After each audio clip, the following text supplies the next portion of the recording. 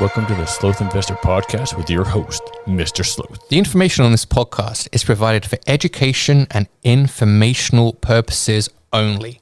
The information contained in or provided from or through this podcast is not intended to be and does not constitute advice of any kind.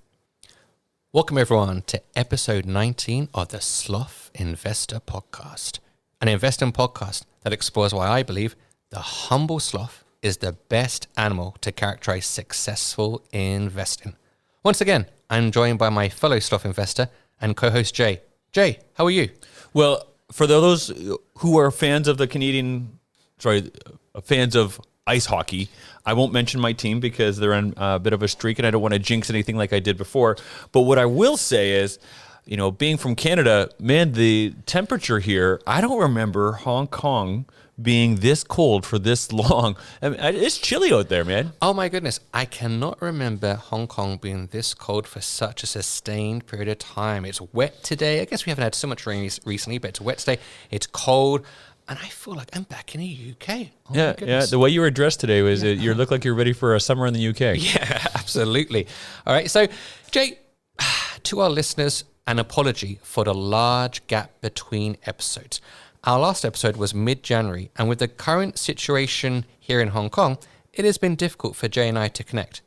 Having said that, Jay, I think there's one question on everyone's mind right now, and that is, have you played Wordle? I have not played Wordle. I've heard so much about it, and I'm seeing it on social media, and people are posting their sort of Wordle results. I don't give it any attention though. It's maybe something I need to look into. Are you using it? Are you playing it? I'm similar to you. Now, to be honest, I'm quite a word-based guy. I enjoy writing and reading, playing word-based games like Scrabble, Bananagrams. But I don't know. I guess you would put me in a control group. It's just not for me at the moment. My wife plays it. Mrs. Sloth, of course, she plays it. But I haven't yet had a crack at Wordle. So perhaps I will in the future. Who knows? Maybe you're spending enough of your time reviewing your portfolio. Indeed. So what's today's episode about? Tell us a bit more. Sure. So this discussion of words leads us into my second apology of the day. My first apology was to our listeners. And my second apology is to you, Jay. To me? To you. I mean, the reason for this apology centers around a book. It's a book that I have neglected to inform you about, Jay. I'm interested to know more. Well, it's not yet been written, but it's a book that's front and center of my mind when I'm thinking about investing. And that book is, of course, the Sloth Investor Dictionary. Jay, how could I have been so careless to not inform you about the Sloth Investor Dictionary? I could have so used one of those. What a great idea. I could have used that years and years and years ago. And that would be absolutely fantastic, I think, for helping me even just get started in understanding some of the fundamental things that are important in investing. Indeed. So we touched upon words aplenty during our discussion of Wordle. And a Sloth Investor Dictionary is crammed full of words aplenty as well. But this time in relation to investing, of course. So let me tell you what I plan to do with my fabled Sloth Investor Dictionary today. Now, we don't have time to go through all of the Sloth Investor themed words connected to 26 letters of the alphabet in today's episode. Is that how many letters in the Canadian alphabet? In the English alphabet? 26 letters? Yeah, the last time I looked. So you would have 26 definitions in your dictionary. We tried to see what we can do. Try and see. All right. So today, though, we can certainly begin our journey. All right. So without further ado, perhaps let us begin by exploring letters A to D in a Sloth Investor Dictionary. Jay, are you ready? I am ready to see where this journey takes us. Let's see, indeed. Let's see. So, okay, everyone, let's begin with the letter A. Our first entry into the Sloth Investor Dictionary is action bias. Jay, as a child growing up in the UK, Action Man was a popular action figure, popular with many kids. See, I used the word popular there. Very popular. Must be so popular. I've used the word popular twice. In fact, it was a popular word. Indeed. In fact, it was the British version of G.I. Joe. But the more I think about Action Man, the more I see him as a form of kryptonite to the sloth investor. Too much action, too much movement, too much exertion of energy is certainly not good for our portfolios. The whole idea of remaining inactive is inherent to our approach to investing. But let's think about our daily lives as human beings on this earth. Quite simply, as sentient human beings, we are programmed to act. Whether this is through our own actions or employing others to act on our behalf. In this regard, we can think of trips to the doctor, to the dentist, the hiring of a plumber, or perhaps a trip to the mechanic. What makes the field of investing so unique is that, contrary to so many other aspects of our life, very often the best course of action is to simply do nothing. A key feature of a sloth investor is that he or she adopts a do-nothing approach to investing. It sounds counterintuitive, doesn't it? Think again about the creature you see on the artwork for this podcast episode. Of course, it's a sloth. Sloths are relatively inactive creatures. Likewise, the sloth investor is inherently motionless most of the time. I'll leave the final words to the Oracle of Omaha, Warren Buffett. In his forward year 2016 Berkshire Hathaway annual report, Buffett espouses the merits of doing nothing when he states, "For investors as a whole, returns decrease as motion increases." Jay, 2 questions for you. Hit me. I want to hear it. Question 1, Jay. Am I correct that growing up in Canada, you've never heard of Action Man? And question 2, what are your thoughts on action bias? I had never really heard of Action Man until moving to Hong Kong. So that definitely not a thing back in Canada. But growing up, we had action figures, which were like G.I. Joe figures, our Star Wars figures, the He-Man figures that we had. And action bias, the idea of lack of action, man, and right now is the perfect example. You know, there's a for anybody who's sort of invested in the stock market and looking at their portfolio, there's a quite likely a possibility that you're looking at a quite a significant decrease in your portfolio value, and that I've made some mistakes over the years, which I am not making this time around in selling off because I was scared, and so hopefully my inactivity will stand to be a long-term gainer for me. Sure. Jay, I'm going to go off piste too, with like a cold weather themed sport. I'm going off piste, but you mentioned He-Man. Oh my goodness, what an amazing character. I remember the 1980s movie starring Dolph Lundgren, Courtney Cox. Oh my gosh. Did you see that, Jay? Yes, I did. Masters of the Universe. And we think about Warren Buffett, I guess the master of his own universe, but what an incredible movie. The movie that Star Wars could have been. Okay. I would be afraid. I liked it. I went with my friends to the movie theater to see it, but I would be afraid that it wouldn't hold up well if I went back to see it now. You're right. I absolutely loved that movie at the time. I haven't seen it for many years like you, but what an amazing movie back then. It really was. Okay, Jay, so speaking of Buffett, why don't we move on to letter B now? So it's fitting that I quoted him just then, as Warren Buffett is certainly someone that deserves pride of place in the B section of the Sloth Investor Dictionary. However, at this point, I don't think it'd be wise for Jay and I to launch into a lengthy discussion concerning Buffett, as we have an entire podcast episode that's centered upon him. That's because he was the second entrant into the Sloth Investor Hall of Fame, the focus of episode 15 of the Sloth Investor podcast. In a similar vein, Jack Bogle, another B, was the focus of episode 10 of the Sloth Investor podcast. Without a doubt, Mr. Bogle would also be deserving of a place in the B section of the Sloth Investor Dictionary. However, for a more in-depth discussion of Jack Bogle, I advise listeners to listen to episode 10 of the Sloth Investor podcast, as he was the very first entrant into the Sloth Investor Hall of Fame. However, I don't feel satisfied with leaving it there with regards to Mr. Buffett and Mr. Bogle. Jay, would you be willing to perhaps provide a bite-sized, condensed version of why we admire these two investing giants, Warren Buffett and the late Jack Bogle? Well, in trying to stick with the letter B, perhaps it could be summed up with, you use the word bite size, but buy and forget. Sure. And that's what I'm really trying to do, is just buy and forget. I look at my portfolio a lot less than I used to, and that's for my own mental well-being, but also because over time that has proven to be the best strategy for investments. And that's what they preached. You know, both of them, that inactivity, that making sure you don't jump on the sort of the latest news feeds to impact your portfolio. Sure, I like that. I see we did the word best as well. I like that. Buffett, best, buy. Hey, another one just came to me. Bar of soap. I think about Buffett. I think before he's used the analogy of tinkering around like a bar of soap. Yeah, what happens when we move around a bar of soap within our hands? It tends to get smaller. Likewise, if we tinker too much with our portfolio, it could lead to it becoming smaller as well. So interesting analogies there. Yeah, so your portfolio is like a bar of soap. Yeah, there you go. Indeed. So, Jay, things are moving along at a steady pace now, and I think it's about time that we move to the letter C. There are, of course, plenty of words that begin with the letter C that connect to the realm of investing. But I would like to discuss one now that many of our listeners will perhaps be unfamiliar with, and that word is coil. Coil. Okay, so right now, I imagine that the mention of this word, coil, could likely cause a lot of confusion. So let me take a little while to explain. Whilst browsing Twitter last month, I stumbled across an impressive analogy involving the word coil by a gentleman named Ho Nam, a follower of the Sloth Investor. Well done, Ho.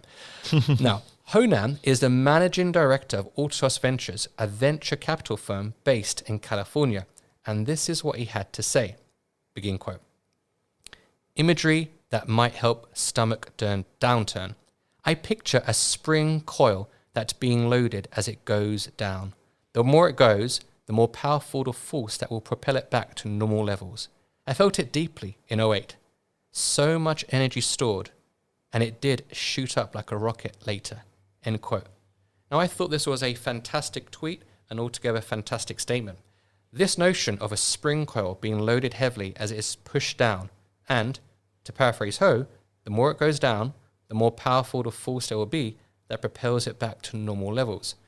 So there it is, a 4-letter C word, coil, the first word in the C section of the Sloth Investor Dictionary.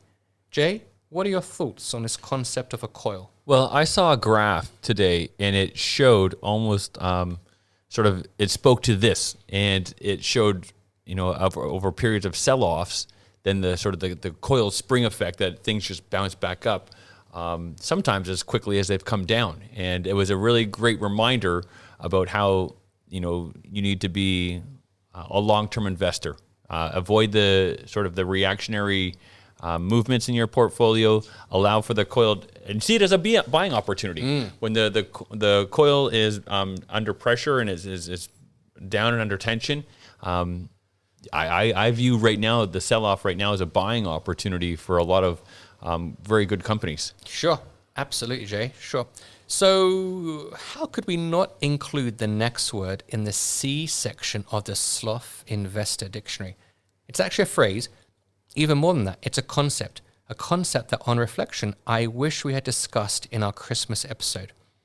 That's because the phrase is compound interest, okay? Compound interest. And a reason why I refer to Christmas is that the effect of compound interest is often compared to the effect of a snowball. Well, I see what you've done there. You've connected Christmas and snow, and then compound interest connected to the idea of a snowball rolling bigger and bigger. Indeed, Jay. Indeed. Okay. Nothing gets by me. I like it, Jay. You're honorable. I like it. Indeed. Okay, listeners. So, we don't typically associate a sloth with snowballs, but, stick with me on this one. So, let's suppose you invest $1,000 into my Sloth Shakes Milkshakes business. I know it's going to be a winner, guys. It's going to be a winner. In the first year, the shares rise 10%. Your investment in my milkshakes business is now worth $1,100. You can continue to hold shares in my business, and in the second year, the shares appreciate another 10%. So instead of your shares appreciating an additional $100, just like in the first year, they also appreciate an additional $10 because the $100 you gained in the first year grew by 10% too. Therefore, after 2 years, your shares are worth $1,210. So what does any of this have to do with a snowball here, you ask? Well, I want you to imagine a snowball at the top of a hill covered in snow. As you roll this snowball down a hill, what's going to happen? Naturally, it picks up more snow. As it picks up more snow, it will become bigger and bigger, becoming much larger in size. This is where an analogy between a snowball and a realm of investment makes sense. Given time, even the smallest amount of money can grow to a massive amount. This process of something, whether it be snow or even money, getting bigger and bigger and bigger, is known as compound interest. Compound interest accelerates the growth of your savings and investments over time. Darn it, Jay, we should have mentioned this on our Christmas episode. Jay, what are your thoughts on compound interest? Well, the first thing I want to mention, if you've got a winner of a milkshake business, that it's got to be real ice cream. Then you must be using real ice cream there, sure. Because we all know that real ice cream is the secret to a really good milkshake. And I've always struggled with how to explain compound interest. I know what it is, and people ask me what it is, and I struggle for the words. So I really like the analogy of a snowball, and I think about me as an educator and how I use compounding knowledge, I guess, almost in some regard. So the classes I'm working with, I'm teaching them media, and one of the questions I'll ask the class is like, what have you previously learned in some of the applications you've used that you can apply to this knowledge? And so the knowledge isn't just for that singular application, but really it's compounded because you can apply that knowledge across many great applications, and it's almost like the compounding effect of knowledge, that it has an impact on a great variety of different things. So too with money, that the money continues to grow, but not just from that single initial investment. It compounds and grows like a snowball, and it's something I really struggle to explain. But I'm really glad to hear you, and as you can tell from the words I'm using, but I'm really glad to hear sort of that analogy of a snowball. I like that. Certainly interesting, isn't it? Certainly interesting indeed. Okay, so Jay, I'd like to use another phrase now that belongs in a C section of the Sloth Investor Dictionary, and that's the collector's mentality. I've never heard this word before. Yeah, it's like the collector's mentality. It's quite new to me as well. So, Jay, a sloth investor is a collector, absolutely. Okay, so I like to think that a sloth investor is a collector of global businesses. Hence, the reason for my third bedrock principle of owning the world. The sloth investor is focused on growing that collection of global businesses. As an advocate of an indexing approach to investing, it's exciting to see more and more exciting businesses added to indexes around the world. Okay, so for example, let's take a company such as Airtel Africa. Now, this may be a company that's unfamiliar to many of our listeners, but Airtel Africa is a multinational company that provides telecommunications and mobile money services in 14 countries in Africa, primarily in East, Central and West Africa. Shares of Airtel Africa are available to buy in a London stock exchange, but this company has also recently been moved from the FTSE 250 to the FTSE 100, a leading UK index. The move took place on January 31st of this year. When you say FTSE 250 and FTSE 100, for the people who are listening, what does that mean? Yeah, so basically, sure, so the FTSE, FTSE, that acronym stands for the Financial Times Stock Exchange, okay? And the FTSE 100 is an index that tracks the 100 largest public companies by market capitalization that trade on a London stock exchange. So basically the 100 largest companies. Absolutely, absolutely, okay? And the FTSE 250 represents the 101st to 350th largest companies listed on a London stock exchange. I did not know that. Yeah. I just learned something new. It's pretty interesting, isn't it? So, there are many things to like about Airtel Africa, many things to like about this company. So, for example, such factors as demographic projections for the continent over the next 30 years, low telecoms product penetration compared to other regions of the world, increasing incomes in Airtel's emerging markets as well. However, there are, of course, potential risks with an investment in Airtel Africa. For instance, there can be political instability with some African states. So at this stage, Mr. Sloth may be accused of going off track. But the point I'm trying to make here is that this notion of a collector's mentality is a great way to ensure that you capture not only the mature companies of today, but also the young, growing, and exciting companies of the future. And if we go back to indexing, it's encouraging to see the inclusion of companies such as Airtel Africa in prominent indexes such as the FTSE 100. In fact, that's the beauty of indexing. You obtain exposure to such a broad range of businesses, both young and old, small and large. That's impressive that they're in the FTSE 100. Yeah. That means, well, that speaks to speaks to it quite well, I would have thought. It really does. Such an increase in recognition for the company. It really is. So, owning a low-fee, globally diversified index or ETF enables investors to get exposure to tech companies, health companies, banking companies, companies in North America, Asia, Africa, Europe, and so on. Jay and I had a much deeper discussion about this in episode 3 of the podcast, the theme of which was owning the world, the third bedrock principle of the Sloth Investor. Jay, I can't help but notice that what I've been discussing links nicely to one of the key words in the D section coming up, the D section of the Sloth Investor Dictionary. And this word is, of course, diversification. So, Jay, I'm going to task you with making some connections between a collector's mentality and diversification, the first D letter that we'll discuss today. Well, you know what? The Sloth Investor and I are in a chat group, and someone had remarked today that, in his opinion, that there are some of the tech companies like Google and Microsoft and Amazon are great buying opportunities right now, represent a great buying opportunity. And one of the ways that I can buy a great many of these tech companies, which I feel are a great buy, are through buying an ETF. And that's diversification. I've got a diversified portfolio of tech companies. And that's one of the ways. So when I agree with them, and that right now presents a great buying opportunity for some companies, and I want to grab a piece of them, so I'm probably going to head towards the ETF rather than trying to buy the individual company. Sure. But also, when I do buy into individual companies, I try to have a balanced approach to my own portfolio and building my own ETF. So, I own banks, but I also own a lot of tech companies. I own some medical companies, and I try to have a balanced portfolio in my approach to buying. But one of the things I'm starting to look at more and more is sort of a diversified revenue stream for the company that I buy. And an example might be Amazon or Google and Apple. Apple sells computers, they sell laptops, they sell phones, but they also have streaming services that you can buy into. They also have generate revenue from apps. So the amount of revenue opportunities and revenue streams for companies like Apple and Google and Microsoft, Amazon, I like that diversification of revenue when I look at a company as well.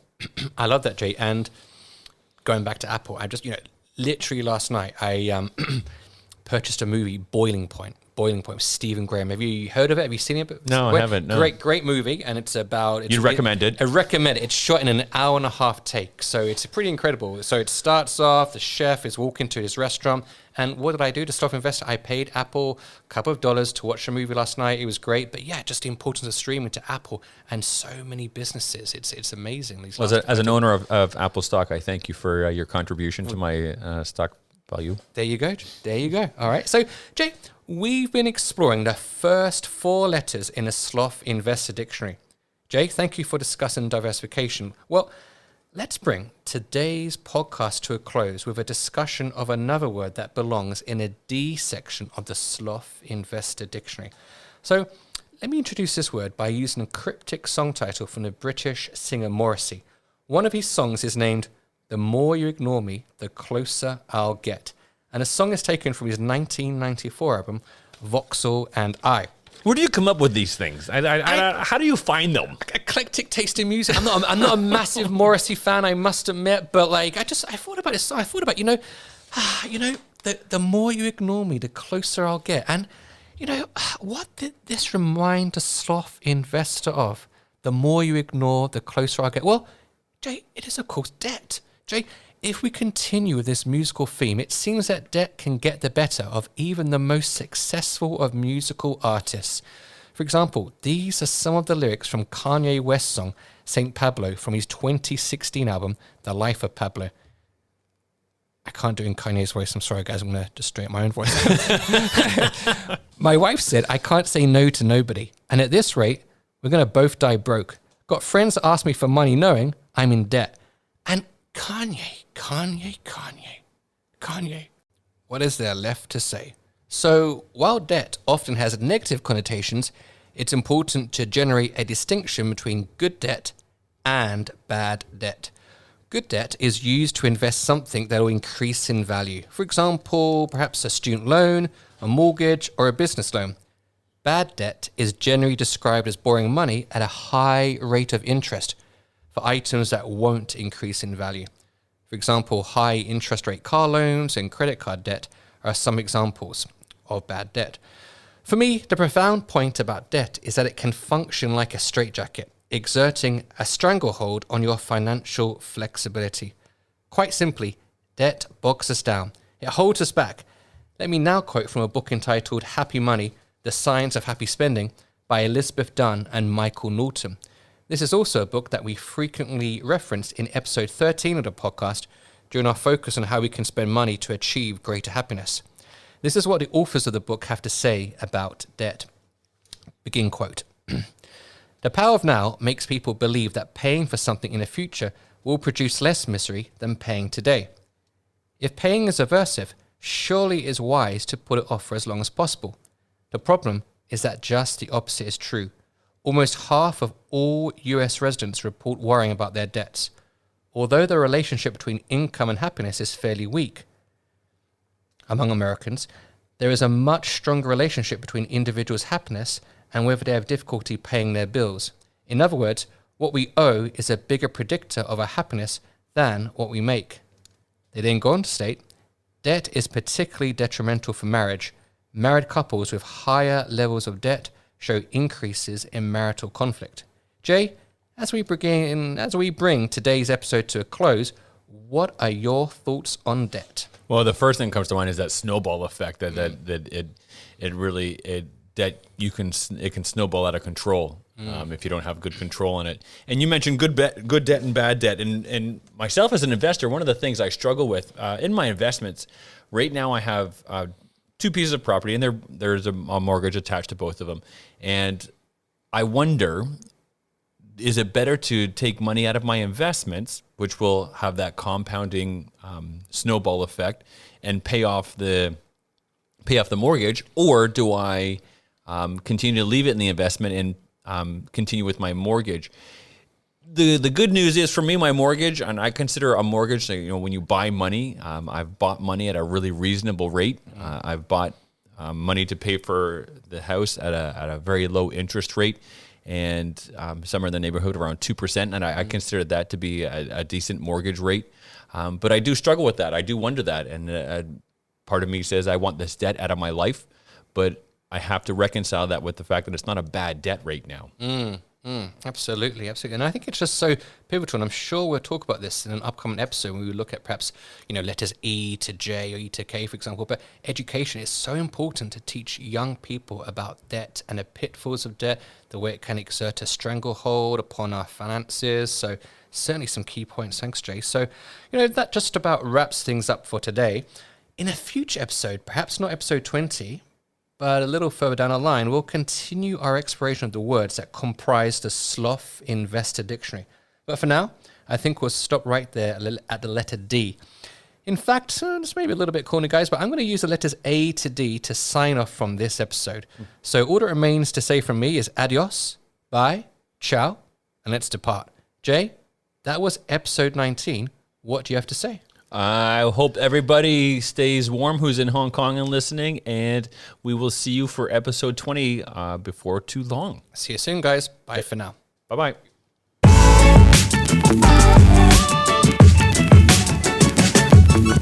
For more tips, follow the Sloth Investor on Twitter at @Sloth_Investor.